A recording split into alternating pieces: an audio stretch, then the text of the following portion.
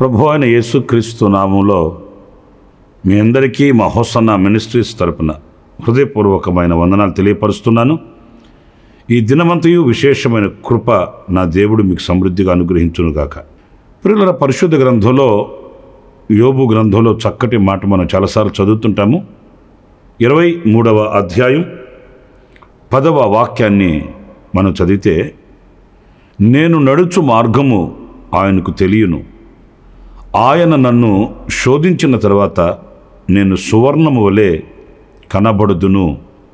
ఈ మాటని మనం పలుమార్లు చదువుకుంటూ ఉంటాము, మనం పాడుకుంటూ ఉంటాము కూడాను.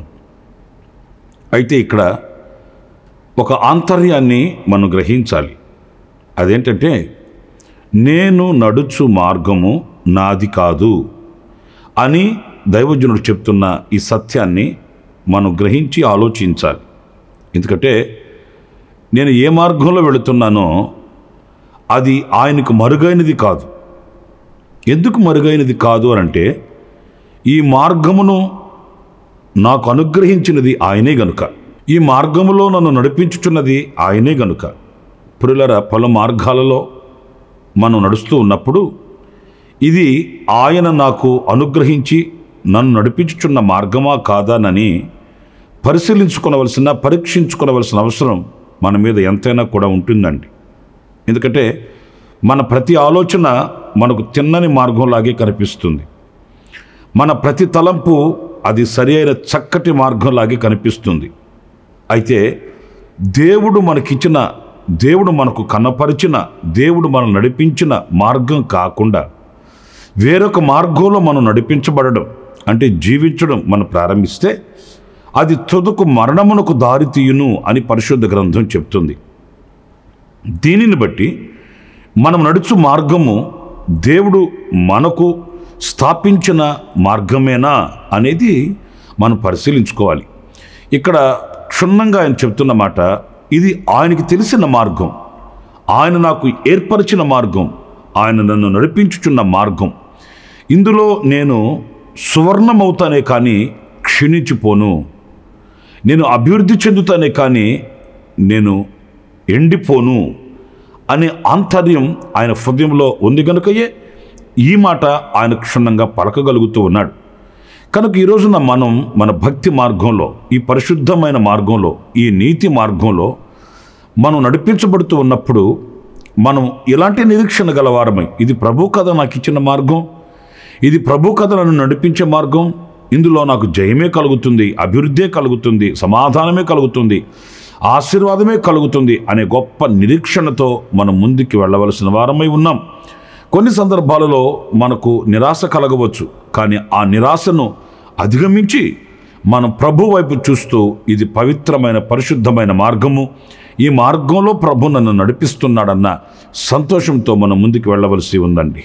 ఇక్కడ నేను మీతో చెప్పాలనుకున్న కొన్ని మాటలు ఏంటంటే, మరి ఆయన మనల్ని నడిపించే మార్గం ఎలాంటి మార్గం, మరి ఆయన మనకు అనుగ్రహించిన మార్గం అది ఎలాంటిదై ఉంటుంది అని పరిశుద్ధ గ్రంథంలో మనం చదివినప్పుడు కొన్ని వాక్యాలు మనకు చాలా ఊరటను కలిగిస్తాయి, మనకు ఎంతో ధైర్యాన్ని కలిగిస్తాయి. మరి యెషయా గ్రంథం 55వ అధ్యాయం 9వ వాక్యంలో మనం గమనించినప్పుడు, ఆకాశములు భూమికి పైన ఎంత ఎత్తుగా ఉన్నవో మీ మార్గముల కంటే నా మార్గములు, మీ తలంపుల కంటే నా తలంపులు అంత ఎత్తుగా ఉన్నవి. చూడండి, ఇక్కడ ఎలాంటి మార్గములు, ఆయన మనకు అనుగ్రహించిన మార్గములు, ఆయన మనల్ని నడిపించే మార్గములు అనంటే అవి ఎత్తైన మార్గములట. దేవుని పరిశుద్ధ నామానికి మహిమ కలుగునుగాక. మన యొక్క తలంపులు, మన యొక్క మార్గాలు, మనం ఏర్పరచుకున్న మార్గాలు ఎలా ఉంటాయి అంటే అవి భూ సంబంధమైనవిగాను, అల్పమైనవిగాను, స్వల్పమైనవిగా అవి కనిపిస్తాయి. కానీ దేవుడు మనల్ని నడిపించే మార్గం ఎలాంటి మార్గము అనంటే అవి ఎత్తైన మార్గములట. మనం పరిశుద్ధ గ్రంథంలో మనం చదువుతామండి, ఆయన నన్ను ఎత్తైన చోట ఉన్నతమైన స్థలముల మీద ఆయన నన్ను నడవ చేయుచున్నాడు అనే మాటని మనం చదువుతాం. అంటే ప్రభు మనల్ని ఎలా నడిపించాలని కోరుకుంటున్నాడంటే అందరూ నడిచే మార్గంలో కాదు, అందరూ వెళుతున్న మార్గంలో కాదు, ఎవరికి వాళ్ళు ఏర్పరచుకొనిన మార్గాలు కావు. ఒక ఉన్నతమైన మార్గములు, ఉన్నతమైనటువంటి త్రోవలలో ఆయన మనలను నడవ చేయువాడట. ప్రియులను చూడండి, ఎప్పుడు కూడా మన ఎడల దేవుని తలంపులు గొప్పగానే ఉంటాయి. కానీ మనం వాటిని గ్రహించలేక, వాటిని వివేచించలేక, ఎంతకీ మనల్ని మనం తలంచుకొని మన యొక్క ఆలోచనల్ని మనం ఒక పరిధిగా ఉంచుకొని, నాకు అది జరగట్లేదు, నాకు ఇది జరగట్లేదు, నేను అలా ఉండట్లేదు, నేను ఇలా ఉండట్లేదు అని మనము కించపరుచుకుంటూ ఉంటాం. కానీ దేవుడు ఉన్నతమైన తలంపులు ఏంటంటే మనల్ని ఎత్తైన మార్గములలో నడిపించాలని, ఎత్తైన స్థితిలో మనల్ని ఉంచాలని. అంటే నలుగురికి కనబడే ఆ స్థితి, నలుగురు మనల్ని చూచి ప్రభుని గణపరచగలిగినటువంటి ఆ స్థితి. దేవుని వాక్యంలో మనం చదువుతామండి, కొండ మీద కట్టబడిన పట్టణము మరుగై ఉండనేరదు అని. నిజమే, ఆ పట్టణం కొండ మీద కట్టబడింది కనుక ఆ పట్టణాన్ని అందరూ చూడగలుగుతారు. ఆ రీతిగానే దేవుడు మనల్ని ఒక ఉన్నత స్థితిలో నడవజేయాలనుకుంటున్నాడు. ఎందుకంటే ఆయనకు ఘనత కలుగునట్లు, ఆయనకు కీర్తి కలుగునట్లు, ఆయనకు మహిమ కలుగునట్లు ఈ రోజున ఆ ఉన్నతమైనటువంటి మార్గములలో నడవగలిగిన వారమై మనం ఉండాలండి.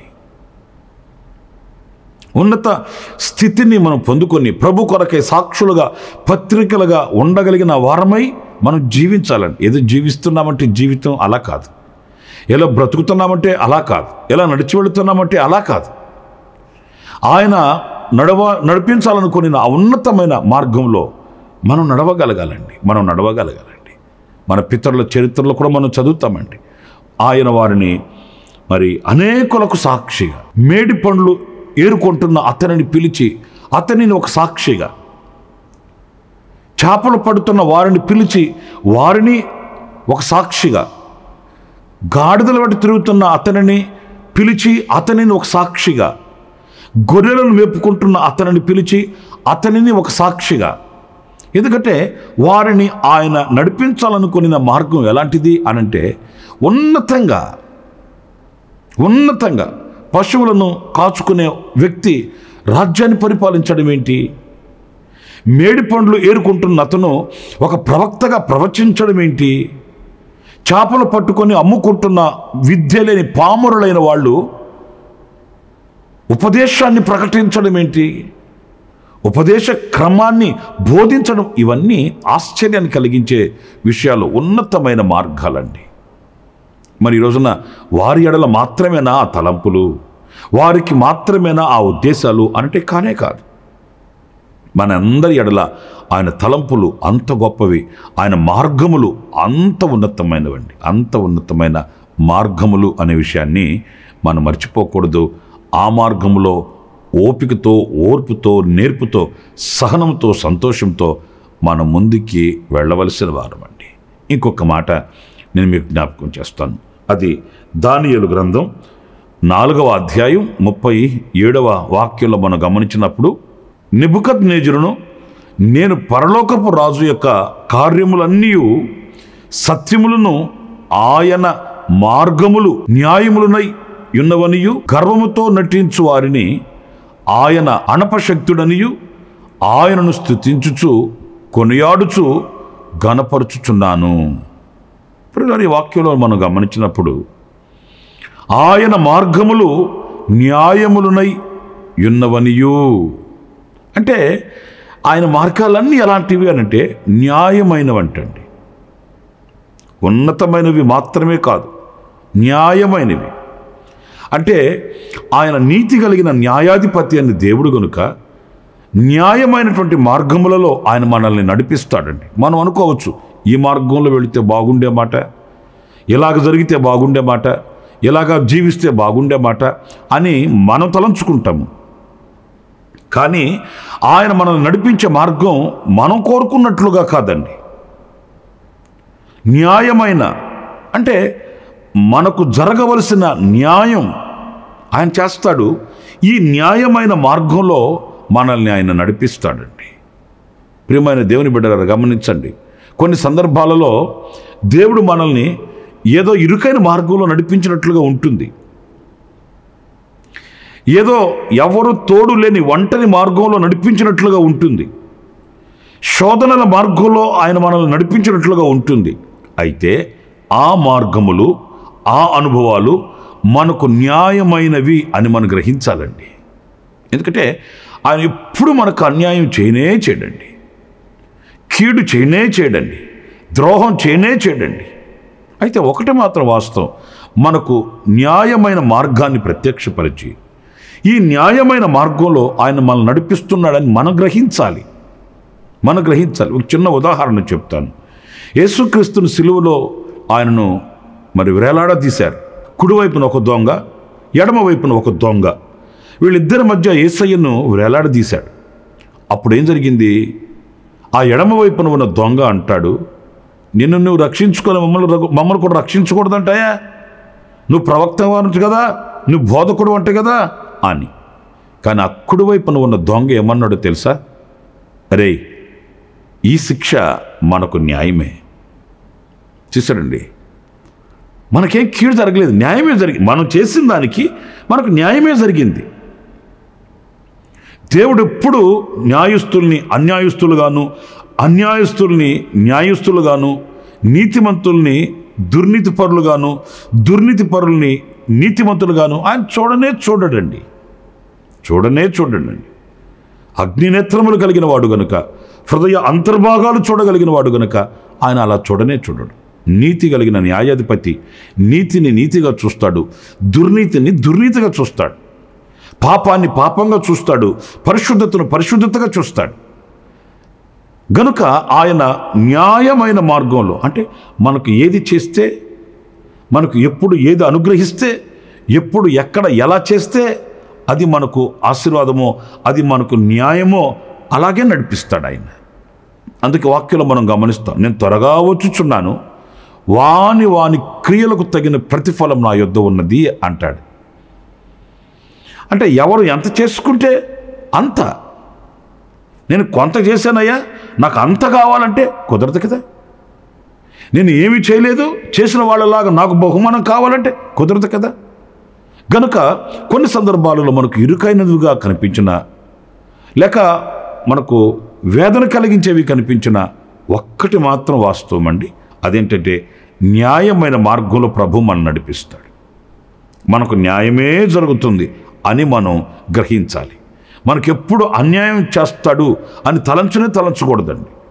ఏది వచ్చినా, కీడొచ్చినా మేలొచ్చినా, సమృద్ధి కలిగినా లేక పేదరికం కలిగిన, ఉన్నతంగా ఉన్నా దీనంగా ఉన్నా, ఏది ఏమైనప్పటికీ దేవుడు నాకు న్యాయమే చేస్తున్నాడు, ఇది న్యాయమైన మార్గము అని మనం సంతోషించి ముందుకు వెళ్ళాలి. కానీ సణుగులు గొణుగులతో మనం దేవుని కృపను పోగొట్టుకోకూడదండి, దేవుని సన్నిధిని పోగొట్టుకోకూడదండి, దేవుని దీవెనలు మనం పోగొట్టుకోకూడదండి. ఆయన నీతి కలిగిన న్యాయాధిపతి అని ఆయన స్తుతించబద్దులం. మరొక మాట నేను మీతో చెప్తాను. అదేంటంటే మూడవది, ఆయన ఆలోచనల చేత నడిపించే మార్గం. మీరు కీర్తనలు 73వ కీర్తన 24వ వాక్యంలో మనం చదువుతాము, నీ ఆలోచన చేత నన్ను నడిపించదువు, తర్వాత మహిమలో నీవు నన్ను చేర్చుకుందువు. ప్రియ దేవుని బిడ్డలారా, ఈ మార్గం మూడవదిగా ఏ మార్గం అనంటే ఆయన ఆలోచనల చేత మనల్ని నడిపించే మార్గం. అంటే మన ఆలోచనలు ఎన్నో ఉన్నాయి, నీ ఆలోచన ప్రకారం నేను నడిపిస్తాను అనేది కాదండి. చూడండి, ఒక తండ్రి ఉన్నాడు, తమ కుమారుని చేపట్టుకొని తీసుకుని వెళ్తుంటాడు. కుమారుడు అటు ఇటు ప్రక్కలు చూస్తుంటాడు. చిన్న వయసు గనుక, వివేకం లేదు గనుక, ఆలోచన లేదు గనుక, అల్పమైన తృష్టమైన వాటి కొరకు అటు ఇటు దిక్కులు చూస్తాడు కుమారుడు, చిన్నపిల్లవాడు గనుక.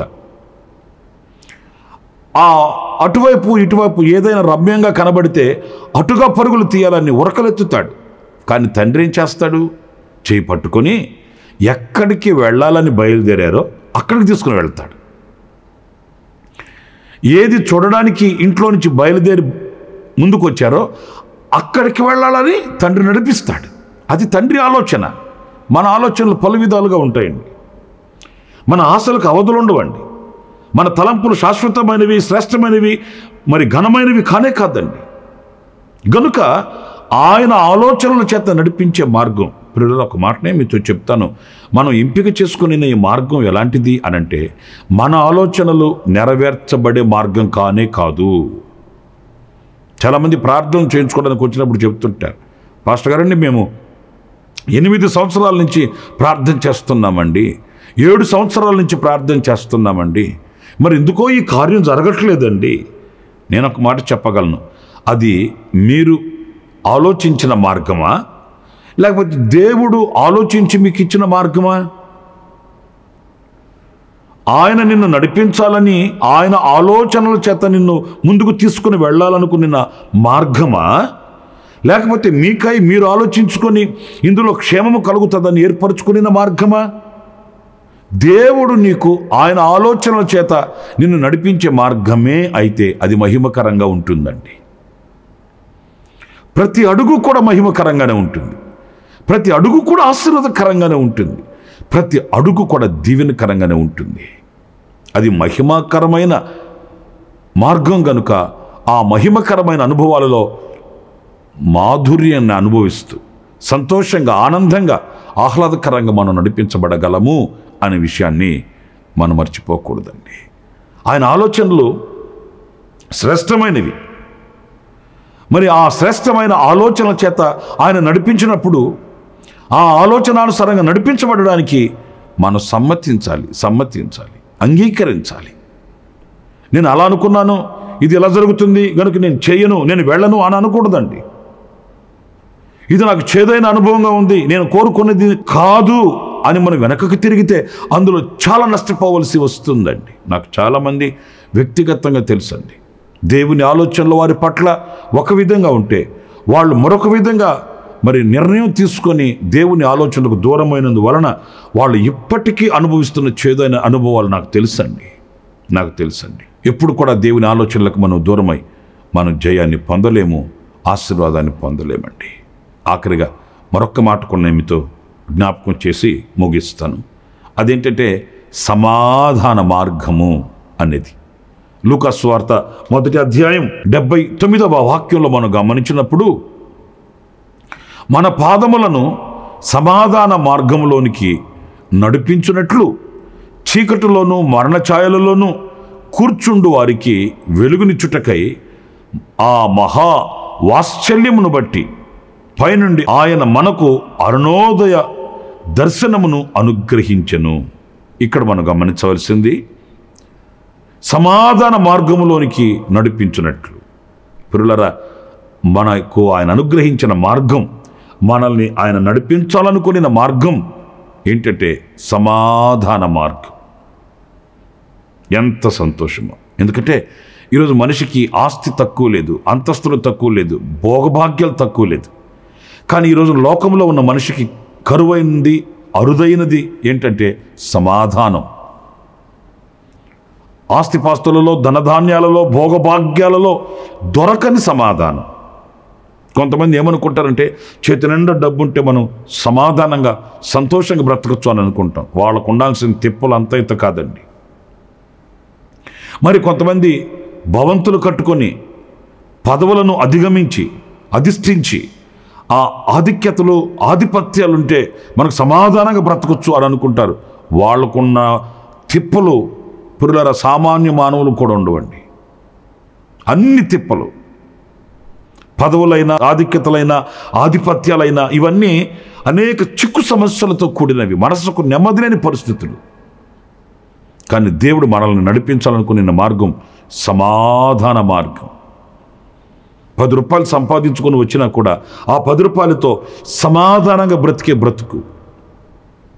పెద్ద మనకు మిద్దె మేడలు లేకపోయినప్పటికీ ఒక చిన్న గుడిసెలో బ్రతుకుతూ ఉన్న ఆ గుడిసెలో సమాధానకరమైన బ్రతుకు. మనకు 1000 మంది 10,000 మంది లేకపోయినా పట్టుమని 10 మందే మనతో కూడా ఉన్నప్పటికీ ఆ 10 మందితో కూడా సమాధానకరమైన బ్రతుకు ప్రియులారా, ఒక్కసారి ఈ వాక్యం వింటున్నప్పుడు మీరు ఆలోచించుకోండి. మీరు నిమ్మళంగా నెమ్మదిగా సమాధానంగా బ్రతకగలుగుతున్నారా, లేక సమాధానాన్ని పోగొట్టుకుని కలవరాలతో కన్నీళ్లతో బ్రతుకుతున్నారా అనేది మీరు ఆలోచించుకోవాలి. మీరు నడిపించబడుతున్న మార్గం అది మీరు ఏర్పరచుకున్న మార్గమా, ఆయన ఏర్పరిచిన మార్గమా అని ఆలోచించుకోవాలి. ఆయన ఎప్పుడు కలవరాలతో కన్నీళ్లతో మనల్ని నడిపించేవాడు కాదు. మనల్ని సమాధానంగా నడిపించు దేవుడండి, సమాధానంగా నడిపించు దేవుడు. అందుకే వాక్యంలో మనం చదువుతాం, నేను గొర్రెలకు మంచి కాపరి. ఆయన గొర్రెల్ని భయభ్రాంతులుగా చేసి ఒక ప్రణాళిక లేకుండా నడిపించేవాడు కాదు. మంచి కాపరి, చక్కగా నడిపిస్తాడు ఆయన. సమాధానకరమైన మార్గాలలో నడిపిస్తాడు ఆయన. ఆలోచన చేత నడిపిస్తాడు ఆయన. న్యాయమైనటువంటి మార్గాలలో నడిపిస్తాడు ఆయన. అంతేకాదు, ఎత్తైన మార్గంలో ఆయన మనల్ని నడిపిస్తాడు. అందుకే యోబు అంటున్నాడు, నేను నడుచు మార్గము ఆయనకు తెలియను. అది ఆయన నాకు అనుగ్రహించిన మార్గమే, ఆయన నన్ను నడిపించుచున్న మార్గం. మరి ఈ రోజున మనం నడుస్తున్న మార్గములను పరీక్షించుకుందాము. ఆయన నడిపించే మార్గంలో దివ్యమైన దీవెనలు పొందుకుంటూ ప్రభు కొరకు సాక్షిగా బ్రతుకుదాం. ప్రభు అలాంటి కృప మనందరికీ ప్రసాదించునుగాక. ఆమేన్. తలలు వంచండి, చిన్న ప్రార్థన చేసుకుందాం. జీవాధిపతి అయిన ప్రభువా, మీకు వందనాలు. కృపాసత్య సంపూర్ణుడా నాయనా, మేము నడుచు మార్గము అది మీరు ఏర్పరిచిన మార్గమై ఉండాలి. అందులో కలిగే దివ్యమైన ఆశీర్వాదాలు మేము పొందుకుంటూ నీ కొరకు సాక్షిగా మేము బ్రతకాలి. ఈ ఆశయం మా గుండెల్లో మీరు తీర్చి నెరవేర్చి మమ్మల్ని మీరు మహిమకరముగా మీకు సాక్షిగా వాడుకొనమని యేసు నామములో ప్రార్థించి వేడుకొనుచున్నాను తండ్రి. ఆమేన్. ప్రభు మిమ్మల్ని ఆశీర్వదించి దీవించునుగాక. ఆమేన్.